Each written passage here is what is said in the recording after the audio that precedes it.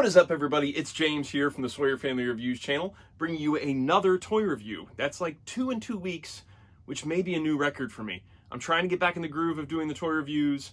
We'll see how long it lasts, but for now, at least I'm bringing you another one relatively close to when I did the last one, which the last one was that DeFoot Toys Last Ronin custom. This time around, we're taking a look at the Ramen Toys Quicksilver figure from Silverhawks. This is a licensed figure from Ramen Toy. Ramen Toy is a new company. So far, all they've done is the 80's Commanders, which are basically redos of the Centurions, and this guy here. This is their first licensed figure, licensed through Super7, which is very interesting since Super7 has their own line of Silverhawks coming out relatively soon-ish, maybe, if they hit on time. They're not on time, they're already late, so there it is, what it is.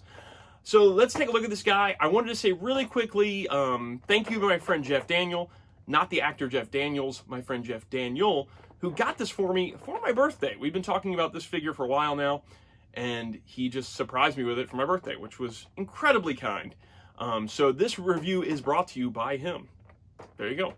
And by my birthday, I guess. Okay, so let's get it over to the picture table and take a look at this thing and see if it's worth your money. And here's a look at Quicksilver in the box. First of all, the box is very much influenced by the old Kenner Silverhawks toy line. The image of Quicksilver here, the line drawing, the way this font is here, and the way it's kind of written with Quicksilver staggered with Tallyhawk, all of that is a tribute to the Kenner Quicksilver card back, which I think is great. The whole package is very, very silvery. It's almost chromed out, very reflective. Sorry about the glare. There's nothing I can do about it because both the plastic and this silver is going to pick it up. The awesome Silverhawks logo down below. I love that Silverhawks logo. I've always loved that Silverhawks logo. So then you get a layout of the figure. There is a, I think it was a 1 in 6 variant. I've already opened this guy, but I'm pretty sure he had on the, he did not have on the mask inside the package. But I think 1 in 6 is what they said maybe, will be packaged with the mask face instead of the exposed face. I guess it matters to you if you're a mint inbox collector. It doesn't matter to me. We've got the Ramen Toy logo there, item SH01. They've already announced Monstar. Monstar is coming. We've got a digital rendering of Quicksilver on the side. The back of the box has a quick write-up about Quicksilver and about Tallyhawk. I'm probably not going to read the whole... I'll read it. The former head of the Interplanetary Force H has a strong record for following commands, selected to lead the Silverhawks into securing and safeguarding the Limbo Galaxy, known for his quick reflexes and his quick thinking. Has often proven to be one of his greatest strengths. Okay. Using the control panel wrist device, he controls the fighting hawk, Tallyhawk. Tallyhawk, partly metal, partly real. A spy and interceptor for the Silverhawks, he can also fire lasers and break metal with his wings. Okay. 26 points of articulation, magnetic attaching Tallyhawk, interchangeable face mask, 2 different wing attachments, alternate swap out pans, yada, yada, yada. The very interesting thing, like I talked about in the opening, though, is this actually is licensed by Super7. So they are getting into licensed toys now, which is cool. They're still doing unlicensed stuff in their Centurions tribute line and their Mask tribute line, but they're also doing these actual licensed figures. Let's see what he looks like out of that box, though. All right, we've got Quicksilver out of the box now. First things first, I like to tackle the hands first, just because they're boring. Extra hands are always boring. It's great that they give you the options, but to me, they're just hands. So we've got some more open style hands up top here, and then some tight hands like flight hands where they'd have the wings out. There's a partly metal and partly real. So your right hand is metal. I'm sorry, your left hand is metal and your right hand is real. The sculpts on those are really nice, though. There's a nice like form of the skin where you can almost like see the bones underneath. Those are nice. Those are nice hand sculpts. I don't really care about all those extra hands, though. I just said that. I'm going to say it again. I don't really care about all the extra hands. Put Quicksilver back there. And then his other accessory is Tallyhawk. Tallyhawk is really nicely done. Fully silver, and then there's that bit of feathers, the partly real part. Red eyes, and then gold highlights on the brows. Pretty nice. There's 2 little metallic, I think the magnets are in the feet. I think then these posts are just metal. It might be the other way around. These might be the metal part, and these might be the magnets. Or they both might be magnets. I don't know. So there's two little ones on the arm, and there's two little ones inside the feet. And so he just attaches right like that, and he'll stay on the arm thanks to the magnets. Now, that's one of the magnetic features. The other one is this faceplate. Ramen has already addressed the fact that sometimes these magnets will pop out. If they do, you just have to glue them back on. The faceplate on mine did have a magnet that popped out. It was a very easy fix. The Silverhawk magnets, however, did not pop out. Those seems like they might be a little bit more difficult because they're so tiny, especially these in the feet. But like I said, that wasn't an issue on mine. Silverhawk has interchangeable wings. So you've got the wings down look, or you can plug in this other set that has the wings out. So you got one wing out, one wing in. Quicksilver also has interchangeable wings, so it's kind of cool that they bothered to even include him with Silverhawk, because he's got two sets of wings, and then you also get the set of wings for Silverhawk, which is pretty sweet. So put this over here, and we'll talk about those wings for Quicksilver. He gets two sets. There's one set that is more out, and then one set that's a little bit more in. So you've got like the full out wings and then sort of at rest wings, I guess you could say. And these are marked. So this one has a little tiny L at the top there. So that's a left wing. And then we've got a little R here. So it's a right wing. So what you want to do is he's got these two little indents at the bottom of his arms.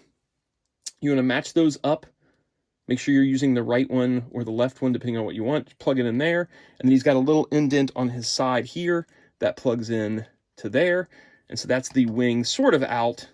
And then you've got the wing fully out. You can do mix and match, whatever you want to do.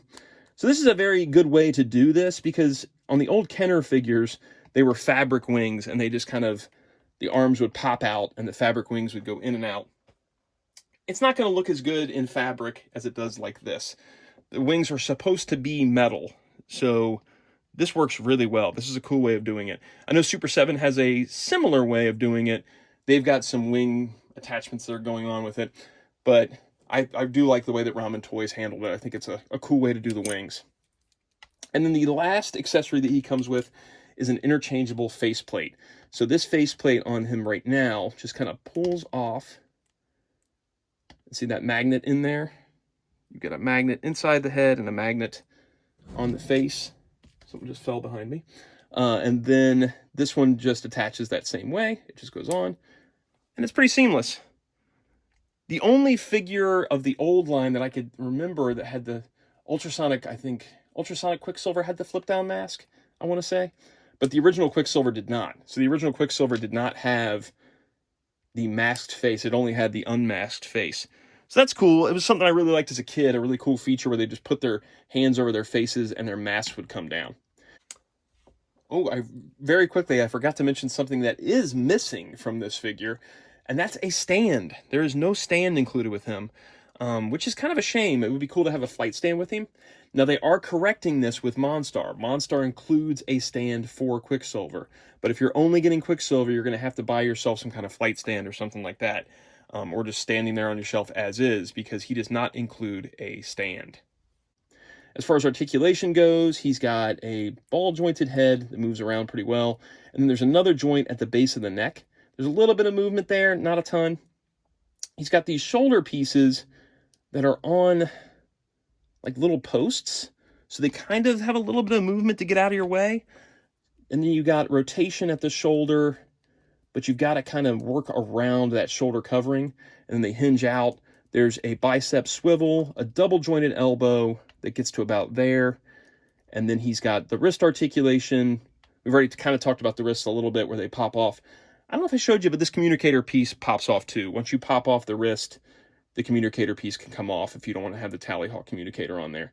So they hinge in and out and they swivel around. He's got a mid-torso joint that moves like that. He's got a waist joint, but there's not much movement to it because the design of the figure kind of prohibits it. Then he's got drop-down hips, so we can go drop down to there. And then they move all around. They pop off too, so be careful of that. They just pop right back on though. It's got rotation at the top of the hip.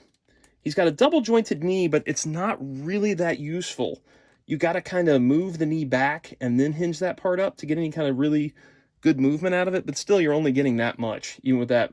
It's all because of this design, though, where it's trying to look like it's seamless almost, where it's all like an armor.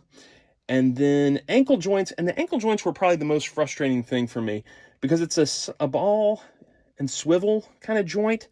So you got to get the swivel pointed so that it makes the foot go up and down, but it's kind of hard to rotate that ball so that the swivel joint is in the right spot. Like right now it's off to the side a little bit, so I'm getting up and down that way. Well, my phone did a weird thing.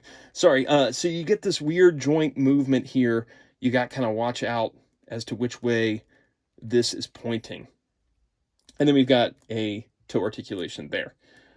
As far as the design of the figure itself, it's really cool. I really like this a lot. I know some people are sort of unhappy with the Super7s and how they're painted not silver.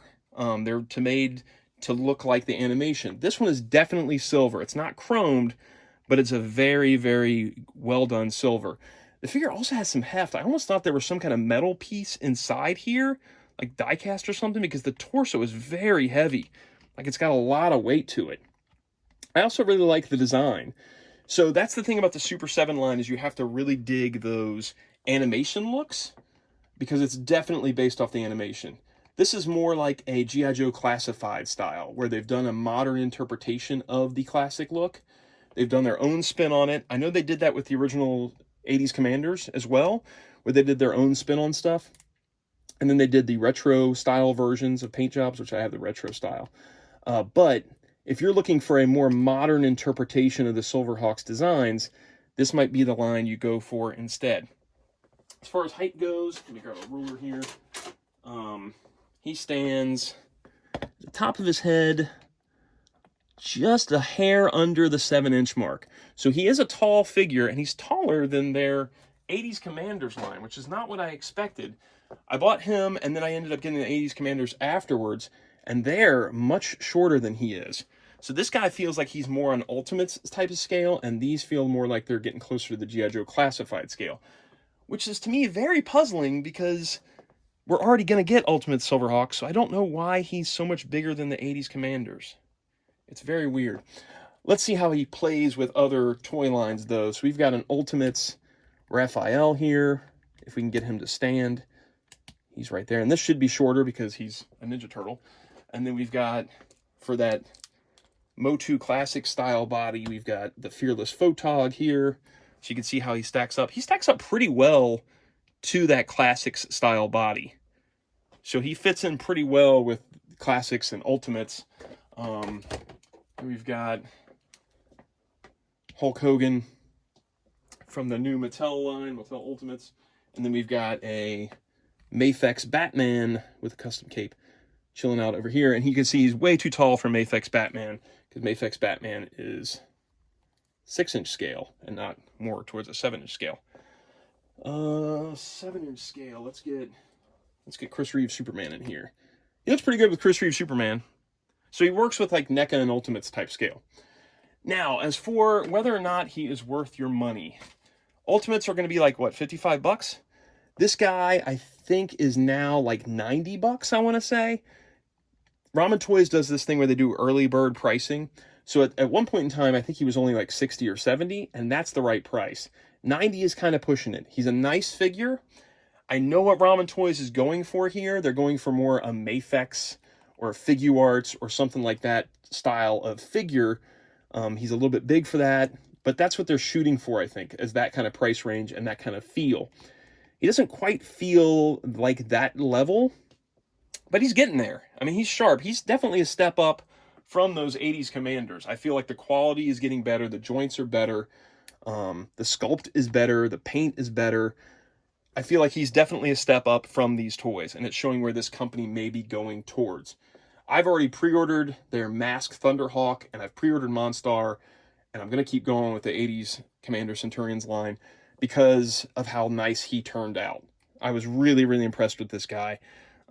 Thanks again to Jeff Daniel for getting it for my birthday, to the point where I'm like, you know what, I'm going to support other things this company does. The other thing about the price point that may be a factor as to why it's more expensive than, say, Ultimates is the production run on these has to be way smaller than your average toy line. I think that when they were shooting for John Thunder to get funded, their goal was 800 pieces. That's a very small run for a toy. I don't know how small the run on Quicksilver here was. I'm sure he was larger since he's a licensed figure, but I don't think it was very big. So the smaller the run of a figure, the more expensive it is. That may be another thing that plays into the price. If you're a huge Silverhawks fan like I was growing up, he's a cool figure to pick up. If you're just a passing toy fan, maybe it's worth picking up. That way you don't have to do the whole Super 7 Ultimates line. Maybe you want a more modern interpretation. Maybe you like the classifieds that are more modern interpretation. That might be more up your alley then. He may fit the bill more for you than an Ultimates will. The Super 7 Ultimates will. He is a cool figure. There's not that many left. As of this recording, Ramen Toys had sent out a notice saying that they were almost out of Quicksilver. I'll leave a link down below in the info section to order him from Ramen Toy, but I can't guarantee it'll still be available by the time you get to the link. Okay? So that wraps it up for this one. I think next time around we're going to tackle a Super 7 Ultimates figure. I just don't know which one yet. I'll have to give that some thought. Maybe leave a comment down below and let me know which Super 7 Ultimates Ninja Turtle figure you would like me to take a look at. Let's narrow it down some. We'll say Ninja Turtles. All right. If you like the videos, like, subscribe, notify. Leave a comment down below. See you guys next time. Bye.